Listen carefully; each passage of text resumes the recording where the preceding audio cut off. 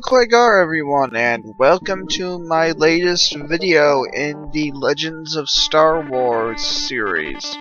First off, I'd like to apologize for making everyone wait so long for a new video.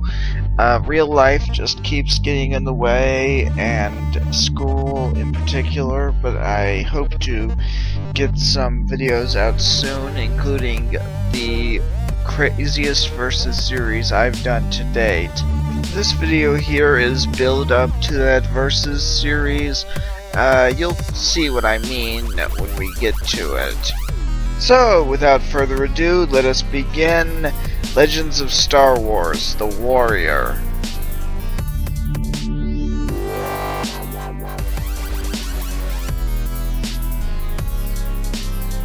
Revan was a human male born almost 4,000 years before the Battle of Yavin on an unknown planet that was possibly in the Outer Rim territories. As a child, Revan was discovered to be Force-sensitive and was taken in by the Jedi Order. He was trained by several of the greatest Jedi Masters of his era, including Kreia and Zar Leston. During his time among the Jedi, Revan became close friends with his fellow Padawan Alec, and the two achieved the rank of Jedi Knight sometime before 3964 BBY. However, Revan was considered to be the stronger of the two. In 3964 BBY, the Republic was invaded by the Mandalorian Neo-Crusaders that began the Mandalorian Wars.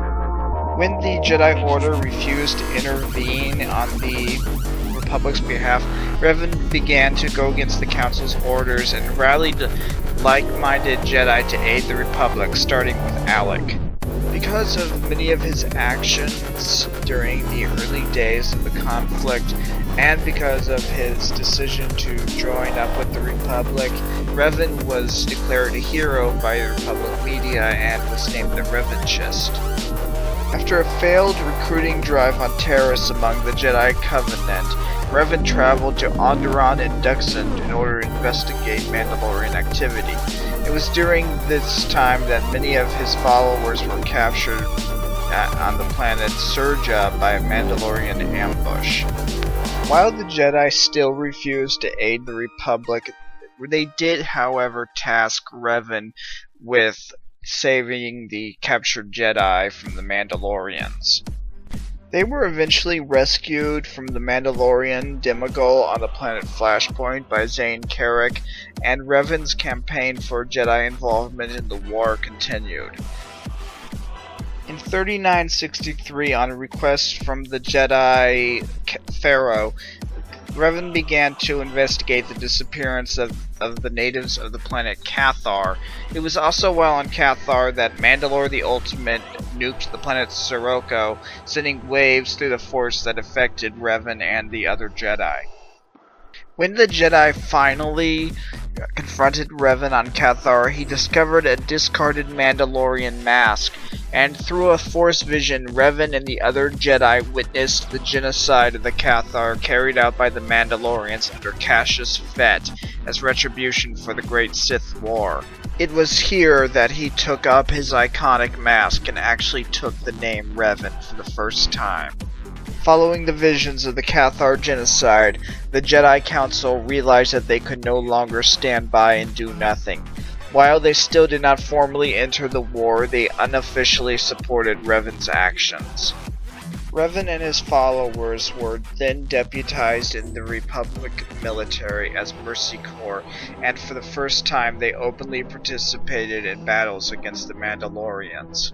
In 3962, Revan and Alec, now named Malak, took part in the Battle of Duro and utilized Interdictor-class cruisers to keep the Mandalorians from escaping with war material stolen from Duro's shipyards. Not long afterwards, Revan was acknowledged by Supreme Chancellor Tol Kressa and was named Supreme Commander with the third of the Republic military under his direct command.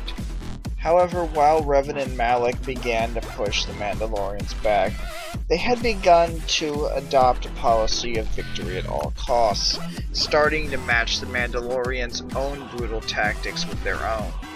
It was towards the end of the war that Revan and Malak first came across a Rakata ruin with a star map in it on the planet Dantooine.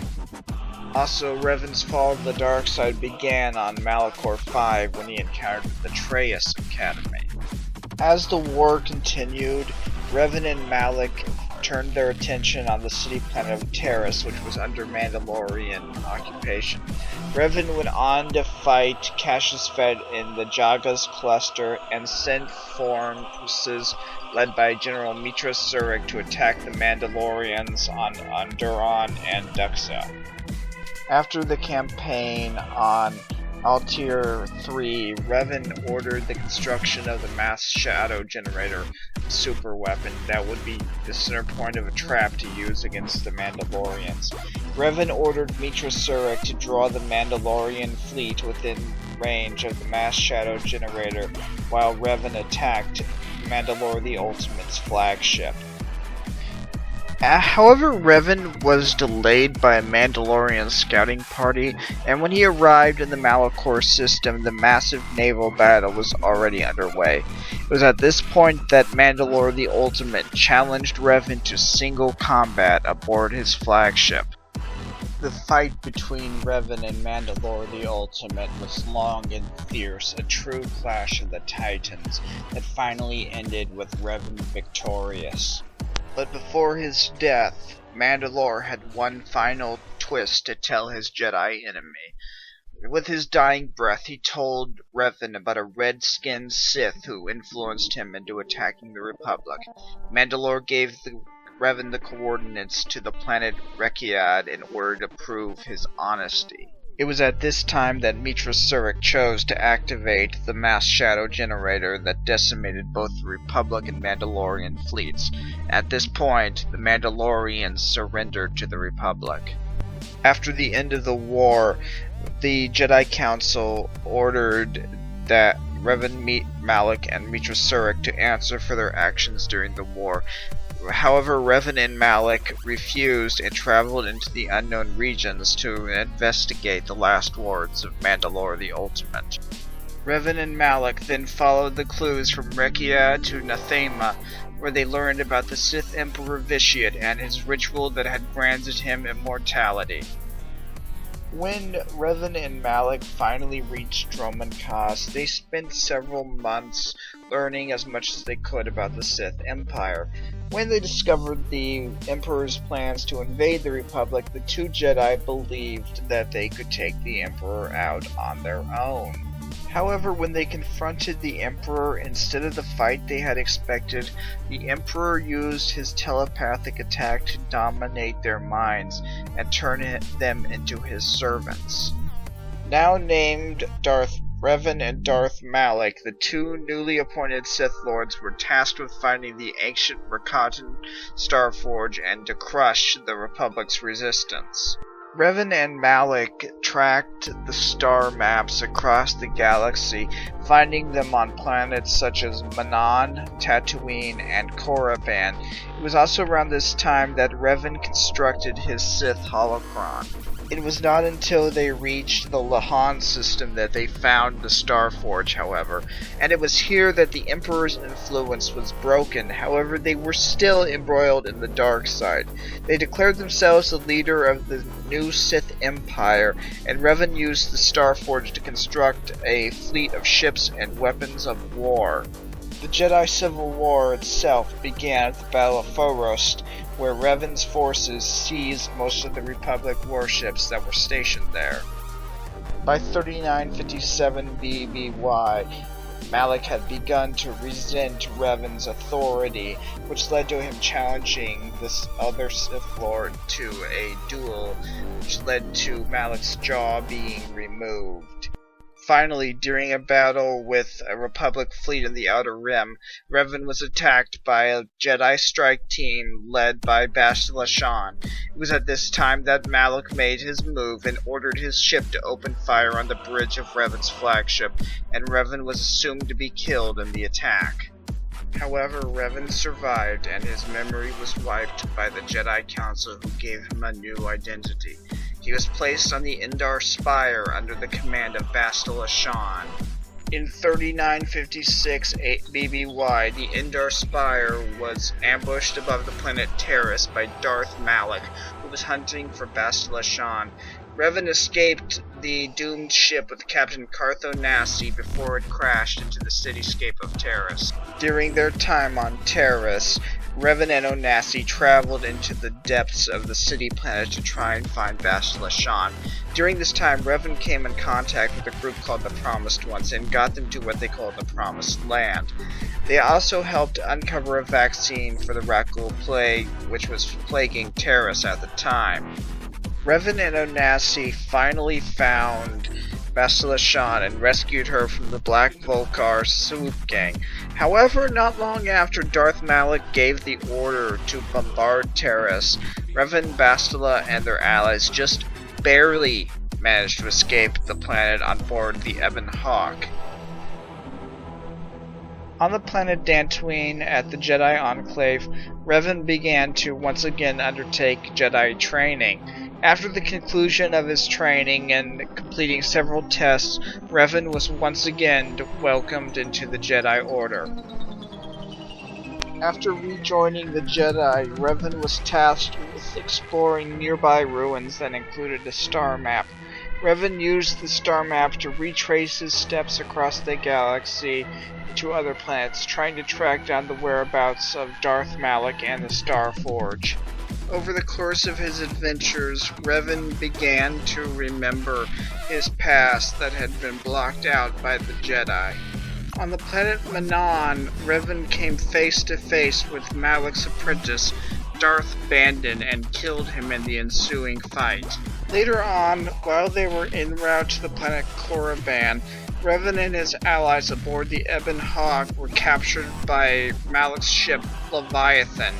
It was here that Admiral Karath, with his dying breath, revealed Revan's true identity to Cartho Nassi and the others, which was confirmed by Darth Malak and Bastila Shan. After a confrontation with Malak, Revan and Onassi escaped the Leviathan, but were forced to leave behind Bastila Shan. When they reached Korriban, Revan found the last star map, which led them to Rakata Prime. It was here that he met up again with Shan, who had fallen to the dark side after being left on the Leviathan. After a brief encounter, Shan escaped, and Revan and his allies left Rakata Prime to fight against Malak for the final time.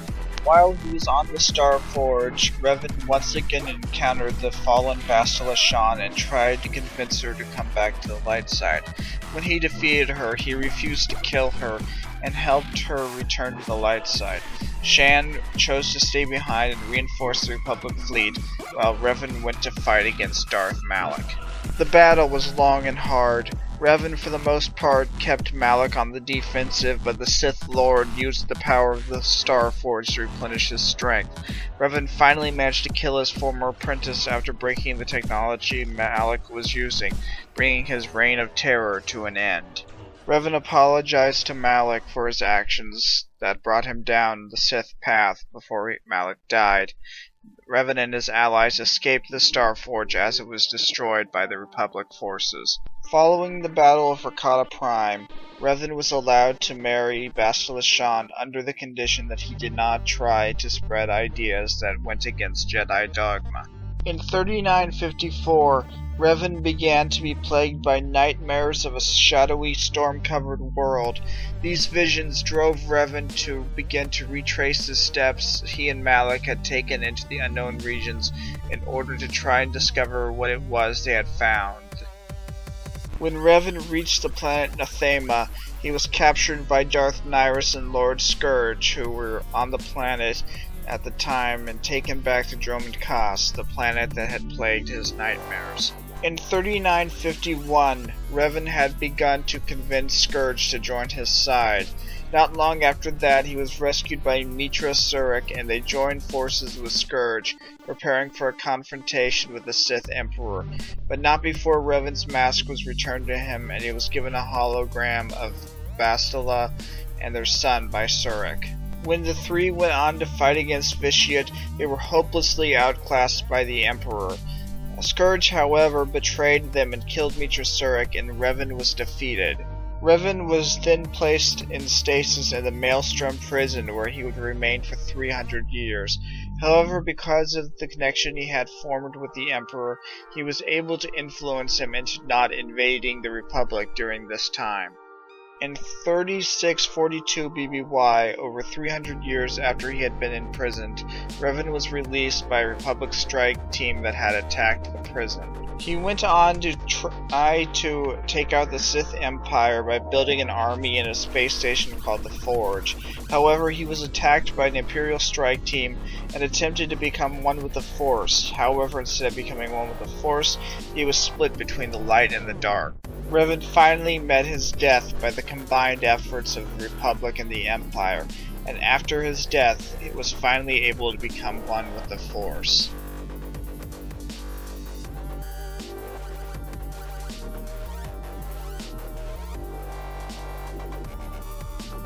While Revan may have been at times both a hero and a villain, his impact on the Star Wars universe was long-lasting.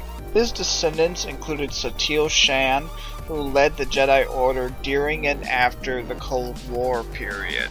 During the Great Galactic War and the Cold War, the Revanites were a sect devoted to following the teachings of Revan. The Revanites were later gathered under the leadership of Revan's dark half and turned into a group of fanatics. The Sith throughout history held Revan in high regard. The Zelosian Sith Lord Darth Revan was highly inspired by him. However, the most notable influence of Revan was Darth Bane, who studied the teachings of Revan's holocron. It was Revan's teachings that led him to create the Rule of Two, the greatest incarnation of the Sith Order. All in all, Revan's influence on both the Jedi and the Sith as well as the Republic lasted far longer than he did, making him an influential figure in galactic history, even if no one knew it.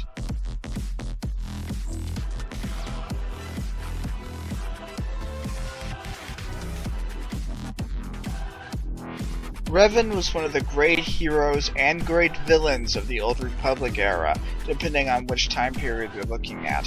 While he would be famous for his victories against the Mandalorians and the Sith, probably his greatest contribution was reinforcing the idea that there is more to the Force than just the light and the dark, even though he did not master it like Jacen Solo or Kyle Katarn. Revan is a character who deserves to be remembered as a hero who stood up to evil. He is at times both the hero and the fallen hero, but he should be remembered more for his heroism, especially in the face of overwhelming odds and terrible evil. Well, there you have it, my second Legends of Star Wars video. I do have something planned, and hopefully it won't take me like 3 or 4 months to come out with it this time. So I hope you look forward to that. This is only part 1 of a project that I've been working on. Part 2 will be next, which will hopefully be soon. Just gotta get the script together and everything. So I will see you then.